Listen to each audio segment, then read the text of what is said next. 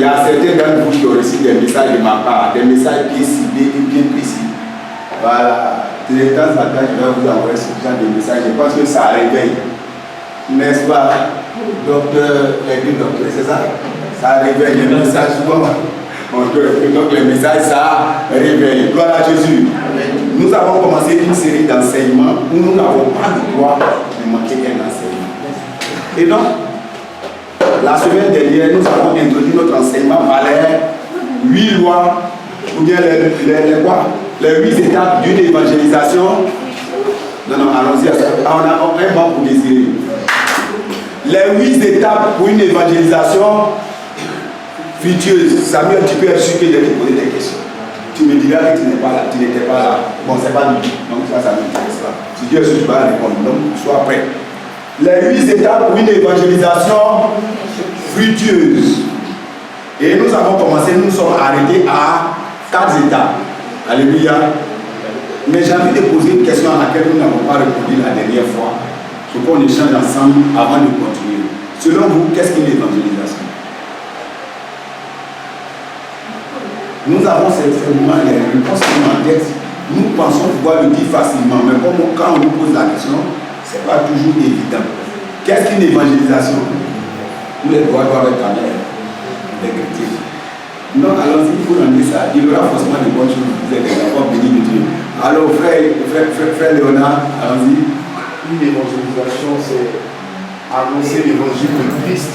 Annoncer l'évangile de Christ aux nations afin de les gagner. Annoncer l'évangile de Christ aux nations afin de les gagner. Ok, quelqu'un d'autre. Qu'est-ce qu'une évangélisation?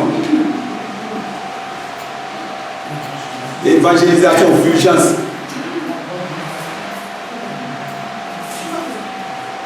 Urgence, qu'est-ce qu'une évangélisation? On n'a pas vu ça la dernière fois, donc vous n'avez pas d'excuse. Allons-y. Moi, c'est le fait d'annoncer à quelqu'un en vue de l'amener à te comprendre ou bien en vue de l'amener à suivre ce que tu as reçu. Le fait d'énoncer quelque chose. D'annoncer quelque chose à quelqu'un. Tel que par exemple, ma soeur, je t'aime bien, depuis je suis dans le quartier. D'annoncer quelque chose. D'annoncer ou bien mieux ce que nous faisons.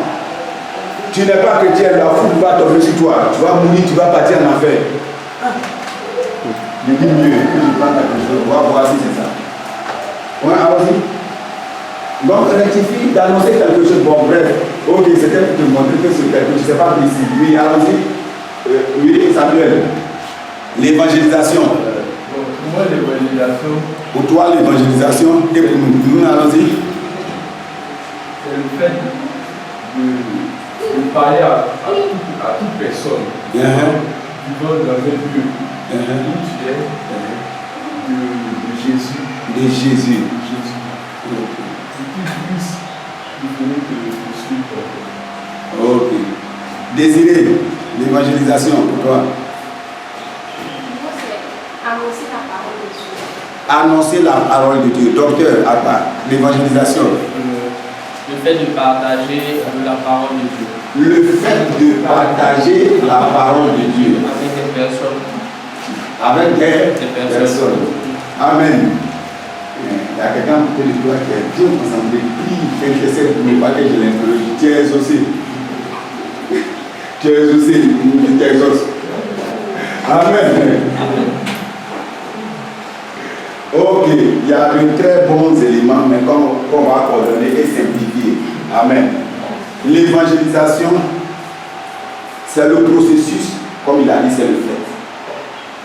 C'est le processus de proclamer, de prêcher ou d'apporter la bonne nouvelle. C'est le processus qui consiste à faire quoi? Proclamer, prêcher ou d'apporter la bonne nouvelle. C'est un processus. Est-ce que vous comprenez?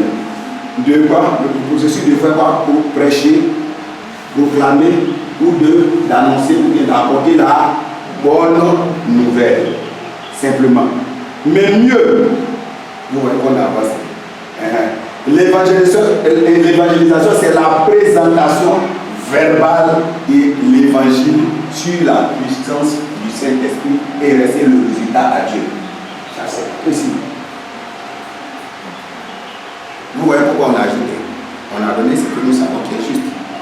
Maintenant, on met des précisions pour que vous et moi, nous sachions le faire. J'ai dit quoi? L'évangélisation, c'est la présentation verbale de l'évangile sous la puissance du Saint-Esprit en laissant le résultat à qui? À Dieu. Du coup, quand on sait qu'on laisse le résultat à Dieu, est-ce qu'on essaie de contraindre quelqu'un? Maintenant, quand c'est sous la puissance du Saint-Esprit, c'est qu'on s'entend en quoi? On s'entend en quoi? À ce que Dieu agisse. Comme il a dit dans sa parole, je serai avec vous tous les jours. Amen. Amen. Donc, quel est le sens de l'évangélisation? Soyez sereins, on aura un coup particulier dessus. Amen. Avec des détails. Maintenant, pour vous, qu'est-ce que l'évangéliste? Il faut qu'on rectifie des choses avant de commencer le message. Regardez autour de vous. On ne vous a pas annoncé ça. Le nom, on ne vous a pas annoncé ça. Hein? Bon, donc regardez, moi j'aime annoncer, dire. Je dis c'est obligatoire. Quand tu fais, on était 3 ici, ça ne fait même pas Dieu. Je dis on passe à 3 cultes, 4 cultes. Parce que la parole de Dieu ne peut pas être inefficace, c'est pas possible. C'est que tu n'as pas prêché, comme elle doit être prêchée. Il faut être précis. Et ça porte les fruits que Dieu apporte. Alléluia. C'est dans Jean 15. Hein? Selon vous, qui est l'évangéliste? Il faut qu'on redresse des choses dans nos esprits. Il faut qu'on pose ces questions. Selon vous, qui est l'évangéliste? Maman Yoboué, qui est l'évangéliste? Maman Yoboué, la douane, pas ici. Maman Yoboué, je ne te vois pas. Selon toi, qui est l'évangéliste? Maman Yoboué, à haute et intelligible voix. L'évangéliste, la personne de l'évangéliste, c'est qui? Maman, il ne peut pas si. Je te fais très confiance là, mais j'ai un peu distrait. Bon, je te dis une pause, je reviens à toi. Samuel, viens au secours de la grande sœur. L'évangéliste, c'est lui qui parle de Jésus, lui qui annonce la parole. Lui qui fait quoi? Qui annonce la parole de Dieu. Lui qui annonce la parole de Jésus. On retient, oui, maman. L'évangéliste, c'est celui qui est mandaté. Celui qui est mandaté par Dieu lui-même. Par Dieu lui-même. Pour annoncer sa parole. Pour annoncer sa parole. Au peuple. Au peuple. Amen. Amen. Qui encore a quelque chose à dire? Vous voyez, les deux personnes ont donné des demi-réponses. Quand on les associe, ça fait la bonne réponse. C'est justement ce qu'on voulait préciser. Quand maman parle, vous avez l'impression que c'est qui? Un homme de Dieu. Quelqu'un qui a reçu un don spécial. C'est pas ça. C'est juste. Ou bien, c'est une partie de la vie. Voilà, c'est mieux comme ça. Maintenant, lui, quand il parle, on a l'impression que c'est qui? Tout le monde. C'est une partie de la vérité, ou bien c'est plus juste. Parce que vous et moi, c'est parce que nous pensons que c'est l'affaire de certaines personnes qu'on ne le fait pas. Ou bien? Hein? Ok, donc on va voir avec la parole de Dieu, hein? C'est mieux pour nous. On a vu l'évangélisation de toutes les manières, comme je l'ai dit, on va revenir sur ce qui est c'est pas nous pour nous, on va continuer les 8 étapes. Mais concernant l'évangélisme, on va aller rapidement. On va faire Éphésiens 4, verset 11. Rapidement, quelqu'un peut prendre Acte 8, verset 4. On lit les deux, ça explique les deux, puis on avance.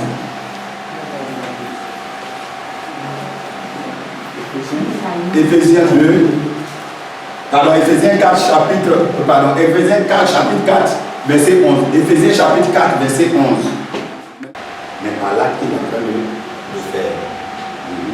Cette personne peut être quelqu'un que Dieu a particulièrement doté de ce don, comme cela est écrit dans le passage. Éphésiens 4, verset 11. Ou même simplement le chrétien moyen, comme dans Acte 8 au verset 4. Le chrétien moyen. Alléluia. C'est pour que nous ne soyons pas bloqués dans notre esprit. La Bible recommande que tous les chrétiens deviennent évangélistes, c'est-à-dire dans le partage de l'évangile avec les autres. Mieux, la Bible dit que nous sommes quoi? Un royaume de quoi? De sacrificateurs. Est-ce que vous comprenez? La grande commission qui nous dit à Matthieu 28, verset 19 à 20. Allez faire de toutes les nations des disciples, les baptisants et disciples. Et enseignez-leur à observer tout ce que je vous ai prescrit. Et voici, je suis avec vous tous les jours. Alléluia. Alléluia. Le premier, c'est aller, virgule. Qui a les magasins? Regardez vos tests. Donc il faut remarquer. Maintenant, arriver là, tu réfléchis. Et ça, c'est la langue là. Allez, virgule. Faire de toutes les nations mes disciples. Il y a quoi là encore? Regardez vos tests. Ah. Moi, est-ce qu'il regarde mon test? Faire de toutes les nations, mais baptisez-les au nom du Père. Il y a quoi là? Virgule. Ah bon. Du Fils et du Saint-Esprit, il y a quoi maintenant? Virgule. On peut adapter le Seigneur. Alléluia. Donc on va prendre l'aspect aller. Est-ce que vous comprenez?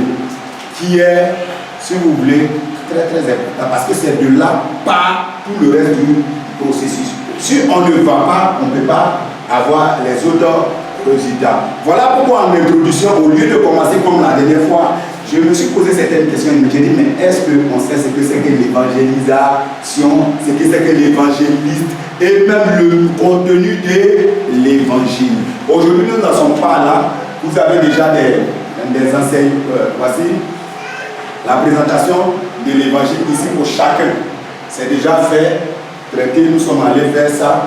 Ça a un coût, mais ce n'est pas bien grave. Mais on prendra le soin d'écrire le nom de chacun. D'abord, hier, j'ai dit à la seconde de Dieu, j'ai dit, c'est pas bon de donner gratuitement, pour que les comprennent gratuitement, vous ne faites pas. Dites, vous jetez. Donc, il faut faire payant. Et puis, plus cher même que le prix. Maintenant, j'ai dit, bon, non, il est passé là, ça là. Mais on va faire gratuit, on va faire des conditions. On va écrire leur nom dessus. Et puis, je vais signer. Donc, quand une personne vient, je regarde si j'ai signé. C'est-à-dire, même si elle a permis qu'elle a fait l'autre, elle est piégée, puis elle va payer pour tout le monde. C'est pour tout le monde, y compris mon taxe. Et si elle fait ça pour une taxe, elle est retour, le compteur, tout d'habitude, c'est moi qui fixe le prix. C'est moi qui fixe le prix, c'est pas toi, c'est que tu sais là. Non, moi, je fixe le prix. Je signe. Donc, on va voir qui va payer.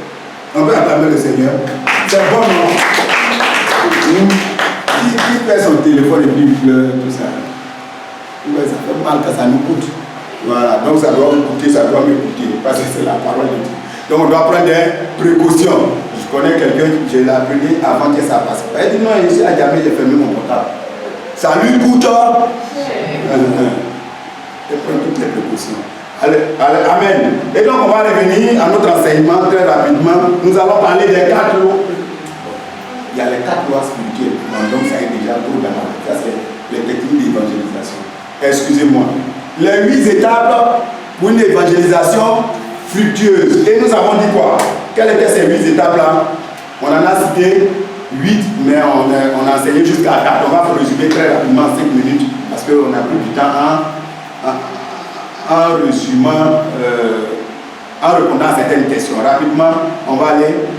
Les 8 étapes, on dit quoi? Les 8 étapes d'une évangélisation fructueuse. C'est-à-dire pour que notre évangélisation porte, il y a 8 étapes que nous devons suivre et respecter. Quand nous les respectons, notre évangélisation porte forcément. Je précise, je dis quoi? Forcément. La première étape, nous avons dit que c'était quoi? Oui, maman? Il faut prier avant de sortir. Un petit banc pour le maman. Un petit voilà, va essayer quelque part. Mais c'est pas la première étape. La première étape, c'est quoi? Être sûr d'être chrétien.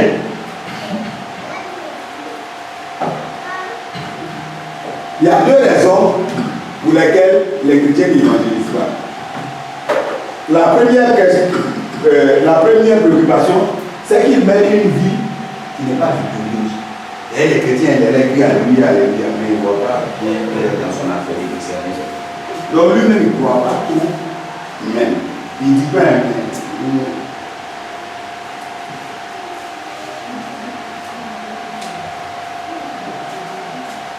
Dieu vous connaît, c'est ici.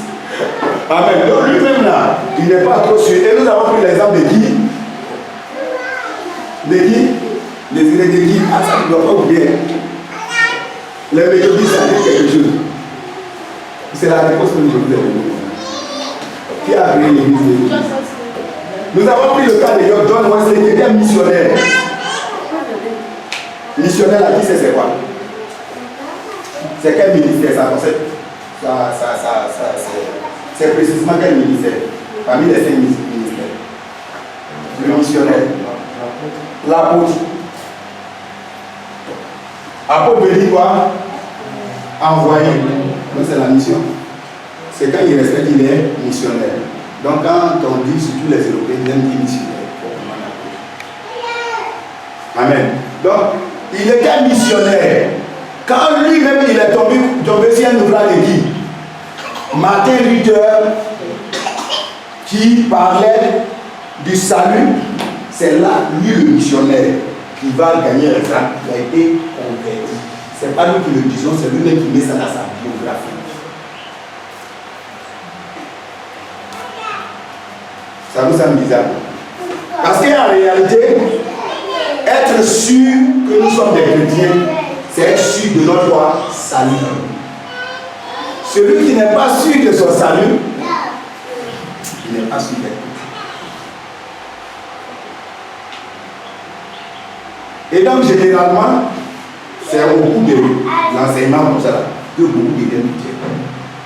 Parce que soit il n'est pas encore chrétien, soit il n'a pas une assurance. Et les deux cas le rendent inefficace. Amen. Parce que vous et moi, nous sommes sauvés par quoi? Non, dites. C'est là il y a un problème. Par quoi? Nous sommes sauvés par quoi? Non, c'est lui qui a dit, tu peux dire, on va s'entraider maintenant. Vous et moi, c'est par quoi nous sommes sauvés? Vous voyez, est-ce qu'on peut attraper le cerveau? Vous voyez, ça n'est pas. Si tu ne sais pas là, comment tu peux être sûr de ton salut? Non, voilà le problème, c'est évident. Hein? Si le Seigneur Jésus arrive tout de suite, qui est celui qui est sauvé? Mais ça vaut de quoi qui est celui qui est sauvé? Comme ça, par quoi? Par quoi? Comment aussi? Il faut répéter par la foi. Tous ceux qui pensent qu'ils sont sauvés par les œuvres, c'est un mensonge. Nous sommes sauvés quoi? Par la foi. Nous avons vu tout ça en détail la dernière fois avec des versets. La Bible dit c'est en confessant de ça que quoi? Écrit c'est quand il mourait, tu étais là. J'étais là. Mais on croit à quoi? Au témoignage qui nous a été. La Bible dit dans Jean 3, verset 16, Dieu a tant aimé le monde qu'il a fait quoi? Donné. Afin de qui vont voir?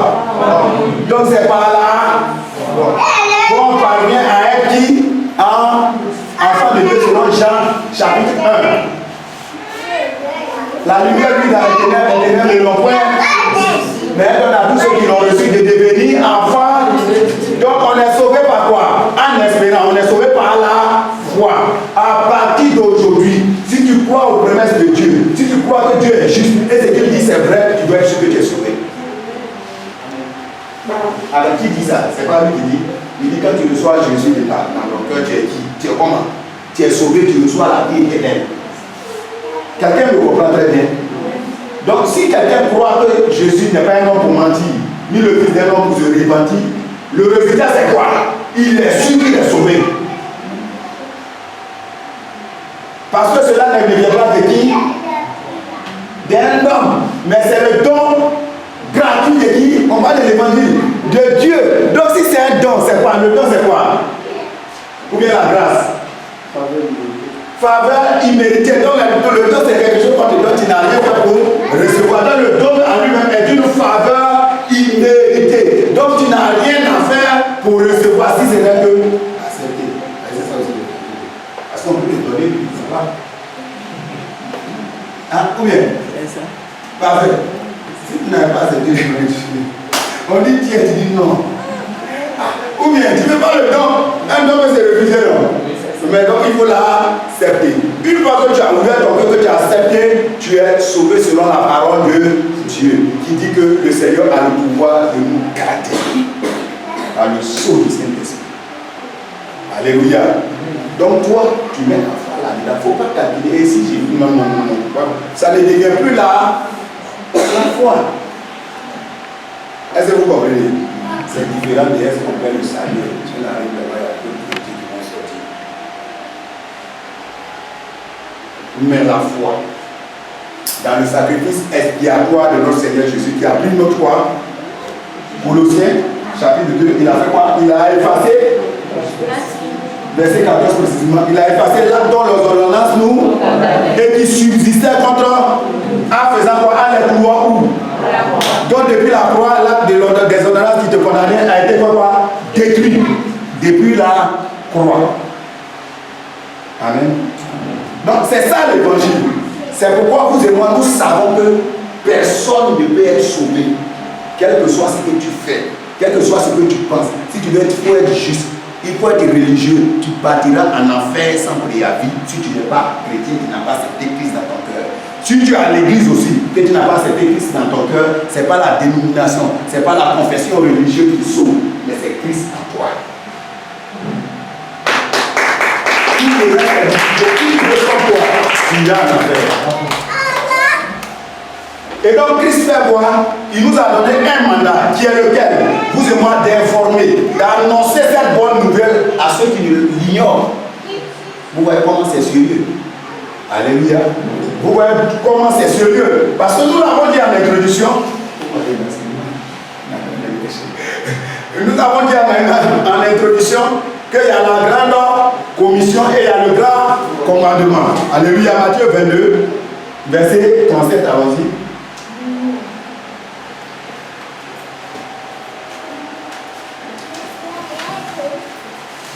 Matthieu 22, verset 37. verset 37. Jésus lui répondit, tu aimeras le Seigneur ton Dieu. Tu aimeras l'Éternel ton Dieu de tout ton cœur, de tout ton cœur, de toute ton âme, de toute ton âme et de toute ta pensée. et de toute ta pensée. Mais remonte le verset un peu au-dessus pour qu'on sache mieux. Verset 36. Oui, allons-y. Maître, Dis quel est le plus grand commandement? Il demande quel est le plus grand commandement. Donc le Seigneur donne quoi maintenant le plus grand commandement. Donc vous voyez, il y a les commandements, mais il y a le plus grand des commandements. Et il dit celui qui le commandement qui lui est semblable, qui lui est égal, c'est quoi?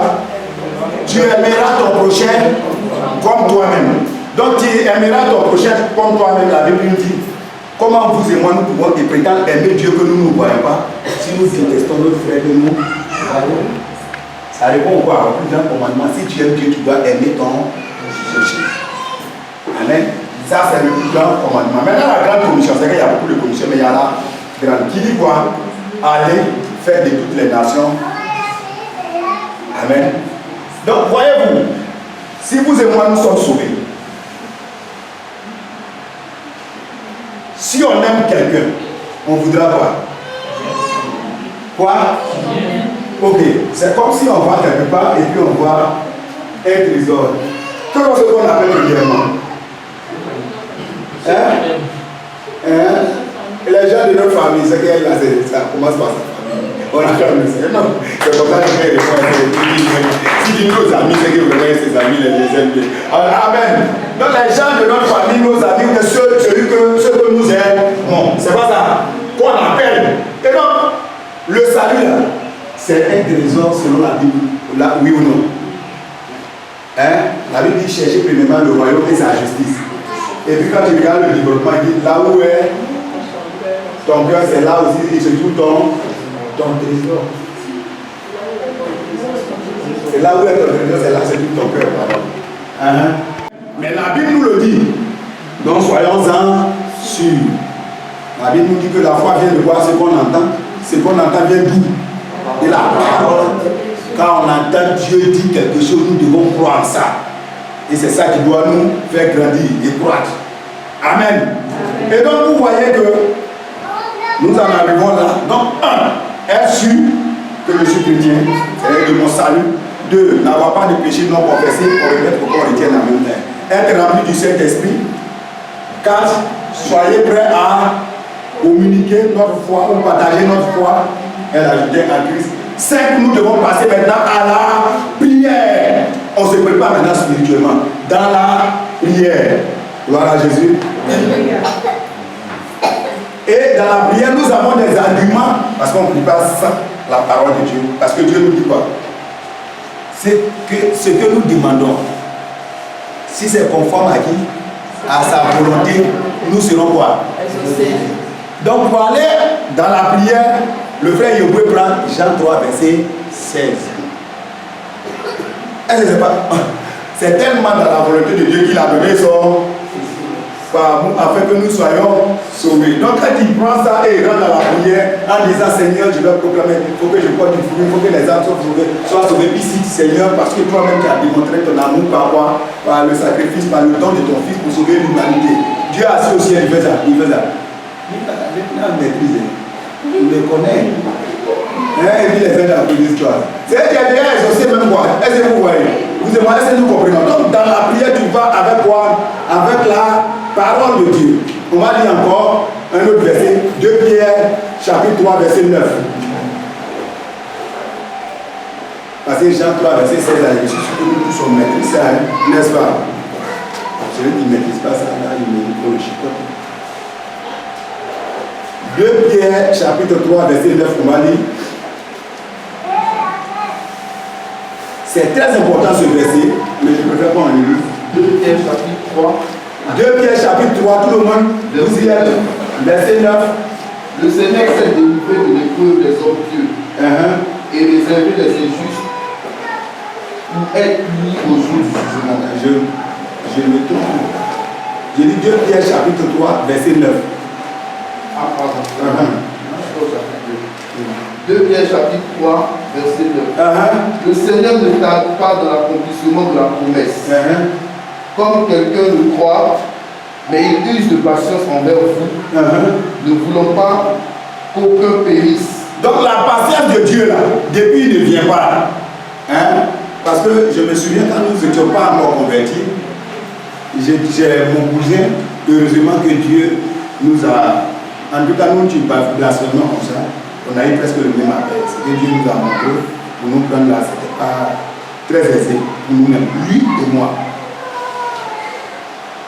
Et Abidjan ici, nous ne sommes pas convertis, donc imaginez ce qu'on peut faire quand il y a un Abidjanais. Est-ce que vous voyez, on passe ici et la boisson c'était notre fort. Et les gendarmes savaient quand il disait qu'il va m'écouter. C'est mon frère. Et donc les gens, partout il y avait des choses, ils aimaient qu'on soit là. Donc quand ils nous appellent, nous sommes ailleurs. Et nous passons ailleurs, on ne peut même pas venir. Mais quand on vient, ils sont tellement contents qu'ils commencent à vous dire ah, vous êtes arrivés, vous savez quelle phrase ils sortaient? Il dit moi je ne sais pas quand je suis, et quand il dit je viens. Et moi je dis, c'était une autre phrase. Donc que Dieu nous pardonne. Amen. Mais vous voyez que là, si le Seigneur ne vient pas, quelle est la raison? C'est justement parce qu'il ne veut pas il ne veut qu'aucun d'entre nous, des hommes, aucun homme ne périsse. Voilà pourquoi il use de patience. Donc quand tu vas à ce verset, parce que le Seigneur même tarde à venir, parce qu'il ne veut pas qu'aucun homme ne périsse, il veut que tu sois sauvé. Donc la volonté de Dieu, c'est que tous les hommes soient sauvés. Est-ce que vous voyez? Quelqu'un comprend? 1 Jean chapitre 5, verset 14 et verset 15.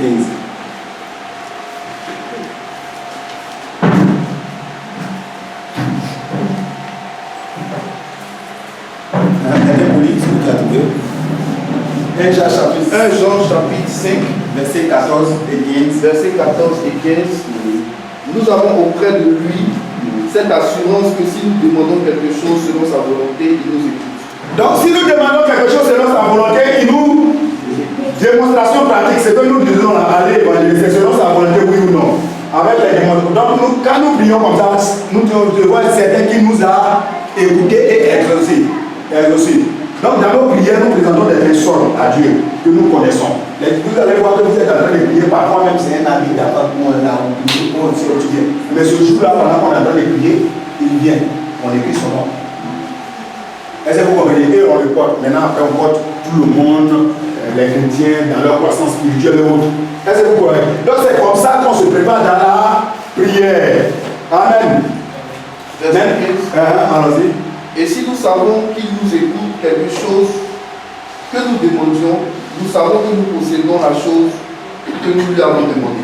Donc, quand on demande quelque chose, si on sait que le Seigneur nous écoute, nous savons que quoi, comment nous possédons cette chose-là. Donc vous voyez que toute la vie spirituelle, c'est quoi? C'est pas par la vue, c'est par la confiance que nous posons dans le Seigneur. Amen. Et donc, voilà, on n'a pas besoin de voir les résultats, mais nous devons voir quand c'est conforme à la parole de Dieu. Et quand nous savons que nous avons fait pratiquer toutes les étapes derrière, on va essayer de toucher tout ça. Amen. Amen. Amen. Ok, maintenant, étape 6. Nous devons voir l'étape 6. J'espère qu'il n'a pas regardé. Ok, mais maintenant, tu me dis. Donc, étape 6, on fait quoi? On va. Pardon, il faut répondre. On va vers les gens maintenant. Donc, on récapitule, on revient en arrière tout le temps pour remonter pour qu'on retienne ceux qui n'étaient pas là. Première étape, je dois être sûr que je suis chrétien, c'est-à-dire être sûr de mon salut. 2, que je n'ai pas de péché non confessé. 3, rempli du Saint-Esprit. 4, ouais, je dois être prêt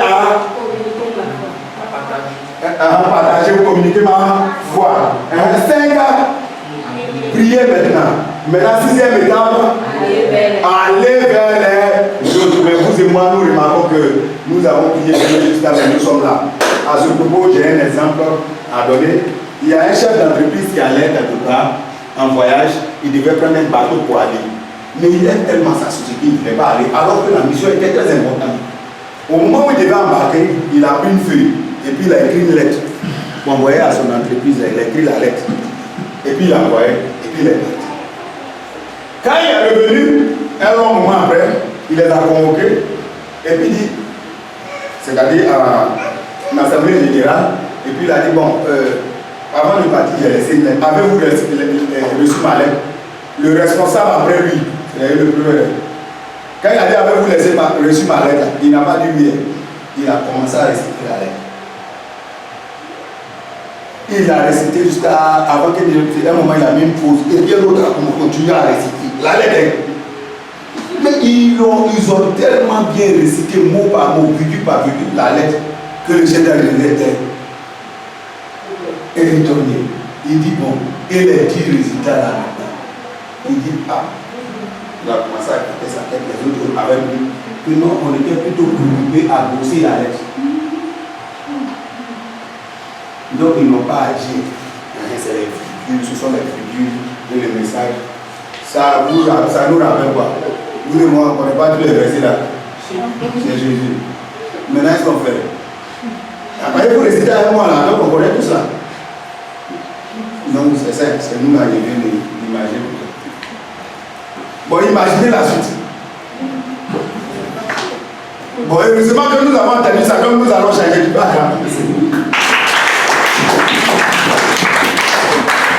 On connaît tous les versets. Je ne sais pas si on se vante, non. Quand on est face à un catholique, c'est pas ça. On dit, oh, et même ils connaissent les versets. C'est pas ça.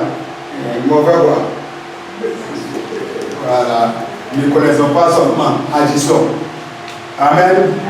Donc, qu'est-ce que, à l'état dit, nous devons aller vers les gens, nous ne devons pas rester assis.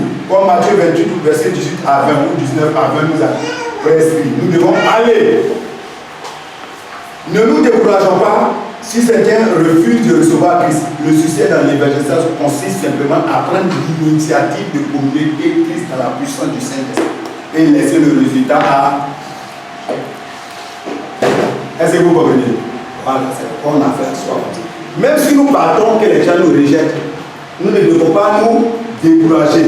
L'essentiel, c'est d'obéir à la loi, d'obéir au commandement à nous lever pour aller vers les autres et annoncer fidèlement l'évangile. Et quand nous serons en train de faire, nous savons que nous avons respecté les étapes. La mission du Saint-Esprit s'occupe du reste et Dieu fait le reste. Nous pouvons passer, voir quelqu'un, lui annoncer l'évangile. Il peut ne pas accepter avec nous, mais la graine et la semence est là. Demain, plus tard, il peut accepter quelque part que nous ne savons même pas. Ou bien nous pouvons le passer et il va accepter. À qui on a prêché l'évangile net et puis l'accepter? Ici, là, lève ta main. À qui on a déjà prêché et puis s'en foutait, il y est même. Non, lève-vous bien. Maintenant, on est assis ici, non?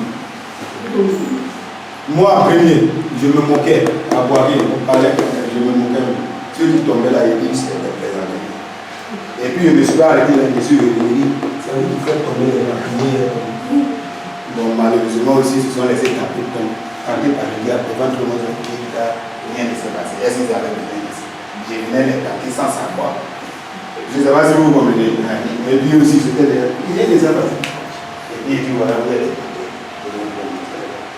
Quelqu'un vient. Puisqu'il priait pour mes amis, on était un groupe de titans. Qu'elles soient arrivées, et tout le monde tombe. Et je m'étais levé, j'ai vu, ils sont couchés là. J'ai dit, mais il y a quoi?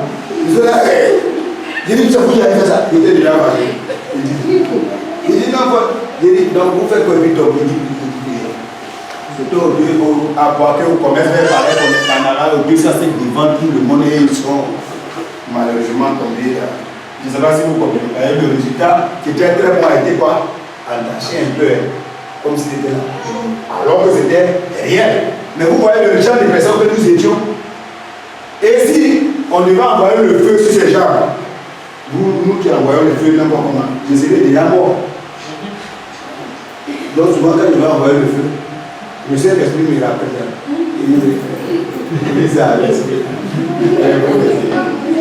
Parce que moi-même, je ne suis pas dit tout comme vous et moi. Donc, soyons compatissants. Donc, vous et moi, même si on ne veut pas l'aider, maman derrière, quand on t'a annoncé l'évangile, tu as accepté. Dis-moi un peu. Toi, il sent que tu dis la vérité. Quand on t'a annoncé là, tu acceptes. Tu as accepté même du d'abord que tu dis. Ah, mais pourquoi il ne dit même que tu n'es pas là? Lévo? Non, lèvons la main. Nous tous y avons attendu et puis on ne faisait rien avec.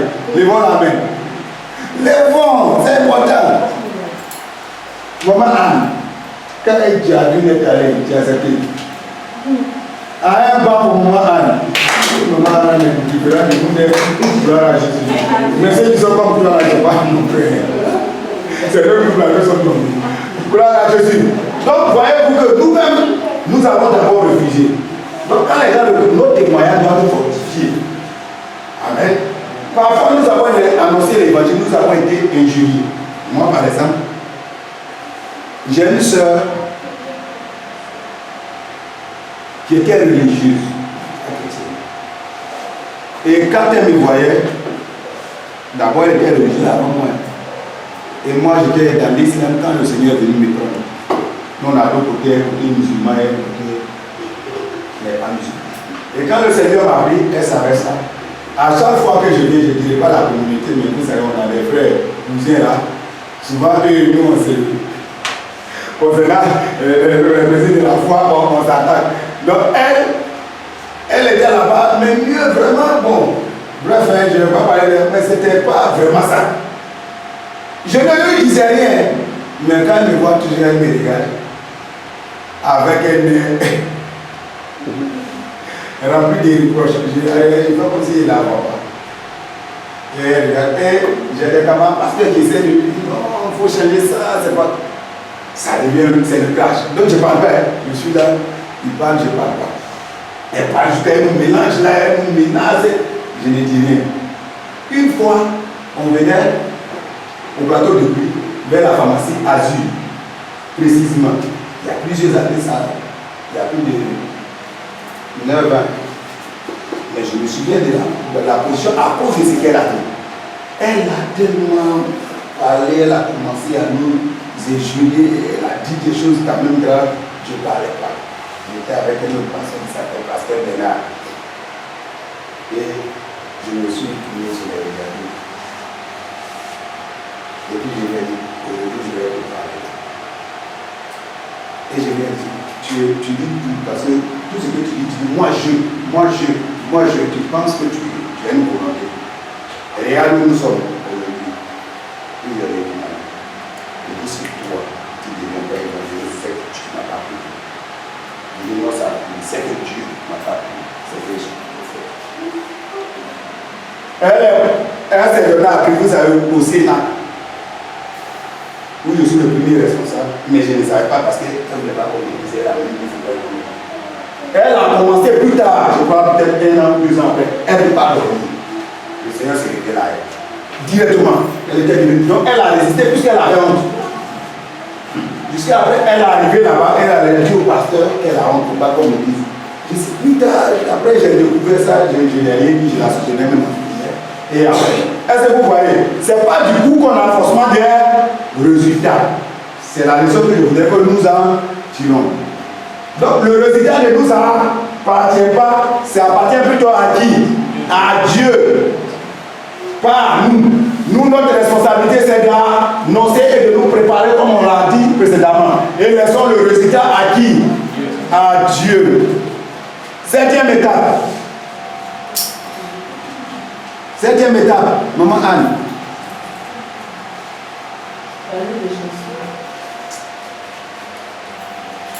En disant quoi, par exemple? Amen, ça c'est le contenu maintenant. Donc, 7e étape, c'est parler de Jésus. Vous voyez, c'est bien concentré. Je voulais voir, ici il y a un pétrole là, ça pourrait être un peu mouillé parce qu'il y a longtemps qu'elle a regardé, mais j'ai vu que non, c'est bon, j'ai la tête. Un pas pour elle. Donc, elle est prête à partager notre foi. Donc, on recommence. Est-ce que nous sommes de n'avoir, non, on essaie de retenir en même temps, n'avoir pas de péché non confessé. 3. Être rempli du Saint-Esprit. 4. Être prêt à pour partager notre 5. 6. Aller vers les gens. Ou bien aller vers les gens, les autres. Aller vers nos prochains. 7. Parler au sujet de Jésus, bien parler de Jésus, de la bonne nouvelle si vous voulez. Amen. Amen. Amen. À ce effet, on va lire un verset et on va conclure dans 5 minutes, tout au plus. On va lire Colossiens 1, verset 28.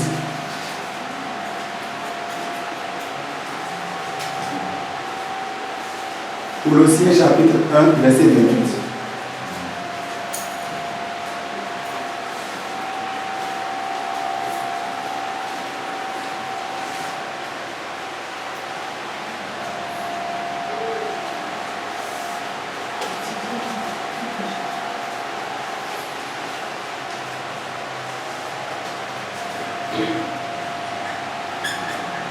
Rapidement, allons-y.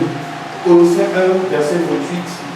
C'est lui que nous annonçons, exhortons tout homme et instruisons tout homme en toute sagesse, afin de présenter à Dieu tout homme devenu parfait en Christ.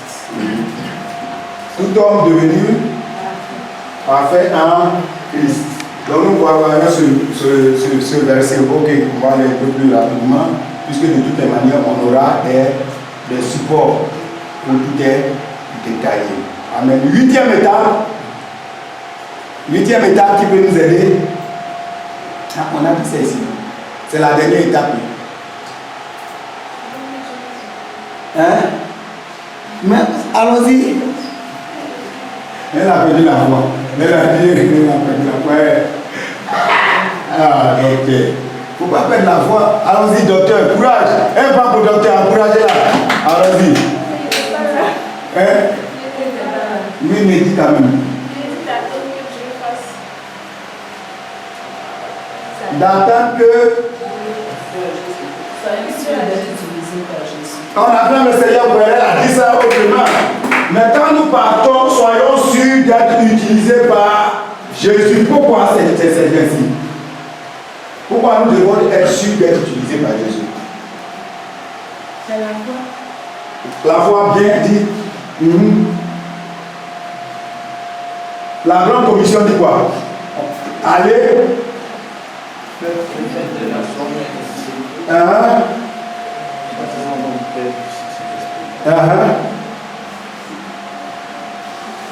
Et leur a observé tout ce que je vous ai enseigné, je vous ai prescrit. C'est là-bas, c'est pour la réponse. Prenez votre mobile. Là où vous êtes arrivé, là, je comprends pourquoi vous n'avez pas la réponse, c'est parce que vous ne connaissez pas. L'affaire est aussi importante. C'est ça. Prenez vos vies, vous allez voir qu'est-ce que Dieu dit. Et voici, je suis avec vous. Et voici, je suis avec vous. Tous les jours. Jusqu'à la fin du monde. Jusqu'à la fin du monde. Si tu as Dieu avec toi dans ton malade, c'est comment? Ou bien dans ton combat. Donc, quand tu as Dieu avec toi, si tu es sûr que tu as Dieu avec toi, le résultat c'est quoi? C'est la victoire.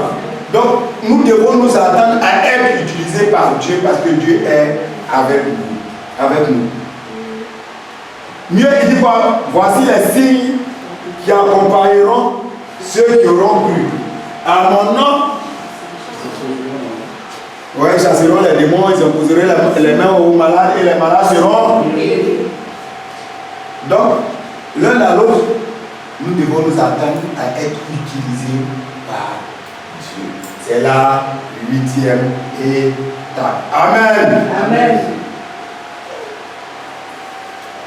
L'un des plus grands mensonges du siècle est que les gens ne veulent pas connaître Dieu. C'est de penser que les gens ne veulent pas connaître Dieu. C'est pas ce qu'on dit.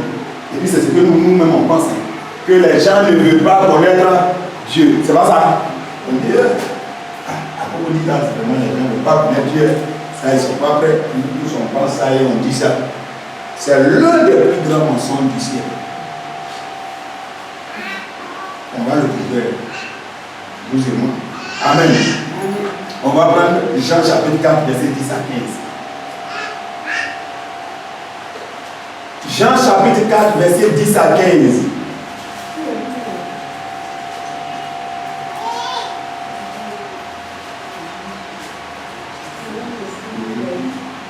Vous voyez, c'est long ces enseignements.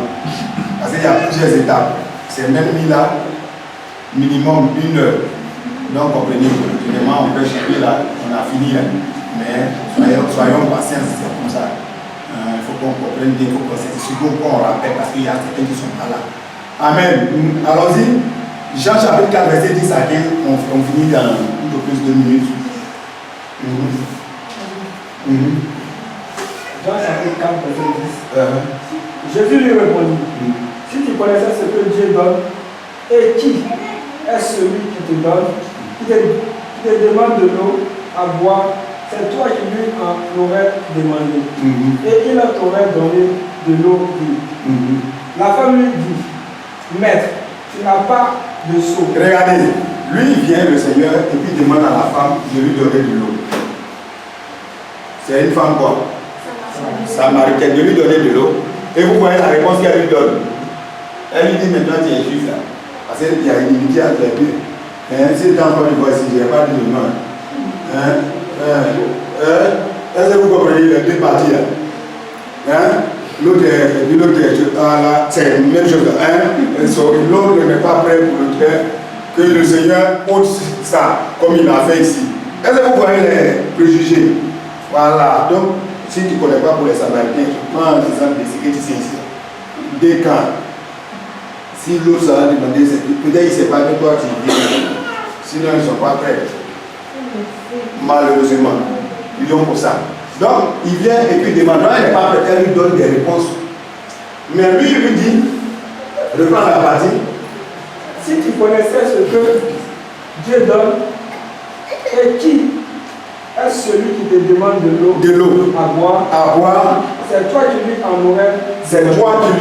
aurais demandé. Donc, en réalité, il dit qui a plutôt soif?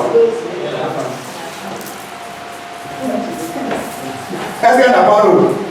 Elle a le moyen même d'en avoir. Mais Dieu nous dit, non, elle a soif. Et Elle ne comprendra même pas. Regardez, ça, c'est la réponse qu'elle va donner.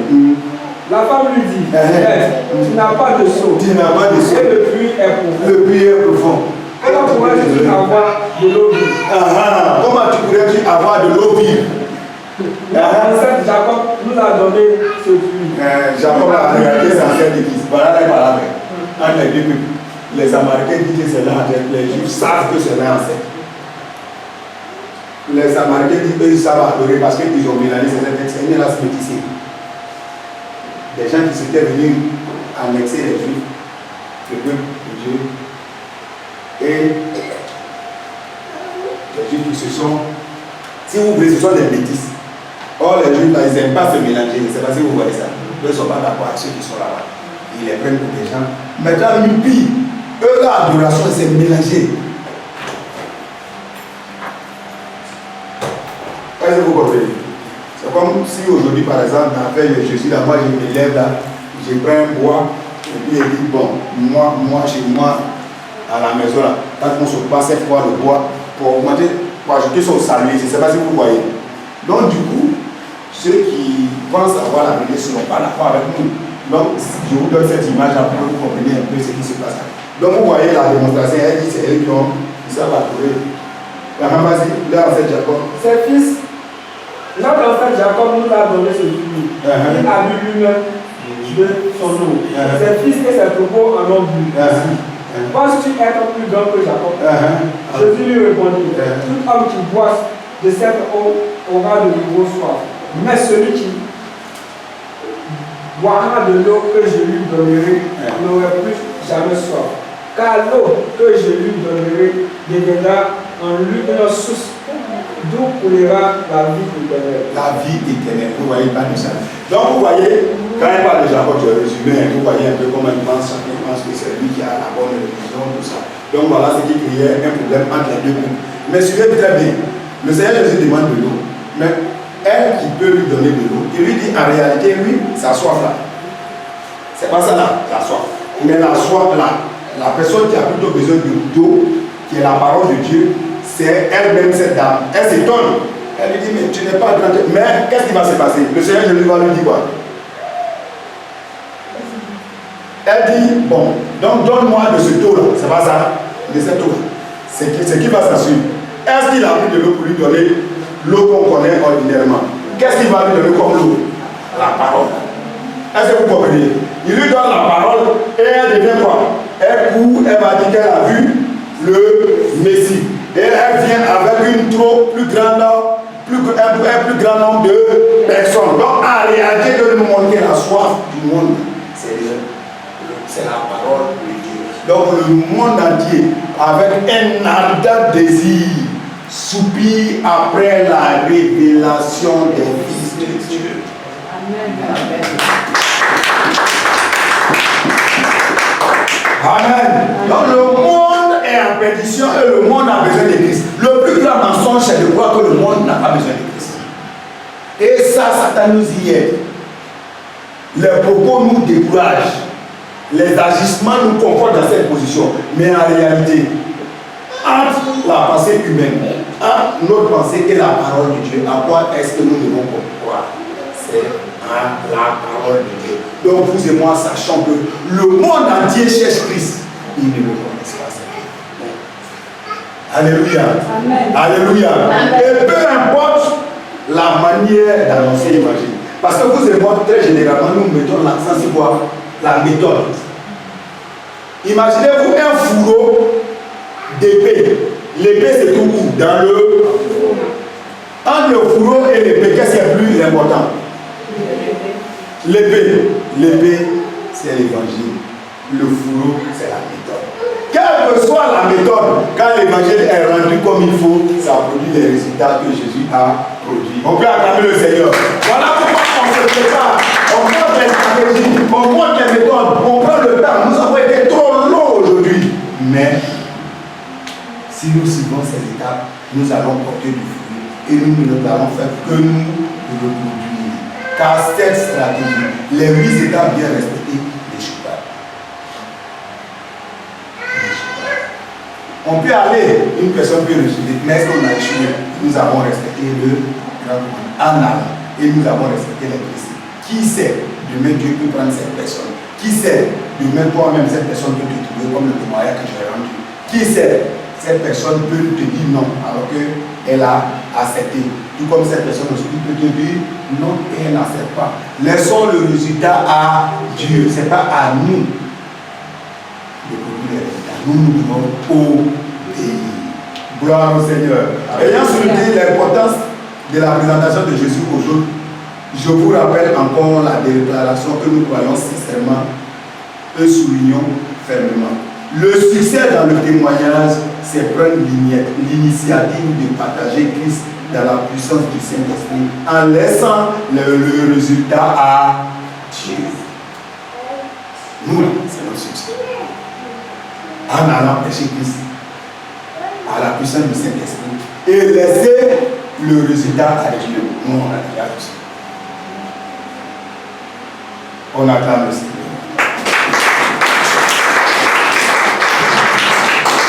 On va partager ça après. Et quand on va arriver là-bas, on aura déjà une assez claire notion de ce qu'on va étudier. Nous avons fini aujourd'hui. Nous allons rendre grâce au Seigneur, lui dire merci, le bénir pour ce moment qu'il a permis. Disons merci au Seigneur. Bénissons le Seigneur. Et donne-nous d'être transformés radicalement par ta parole. Seigneur, nous te laissons la tâche de nous transformer, de nous fortifier par ta parole, par ces enseignements. Seigneur, béni sois-tu, bénis ces messages au travers de ta parole. Loué sois-tu au nom de Jésus-Christ. Amen.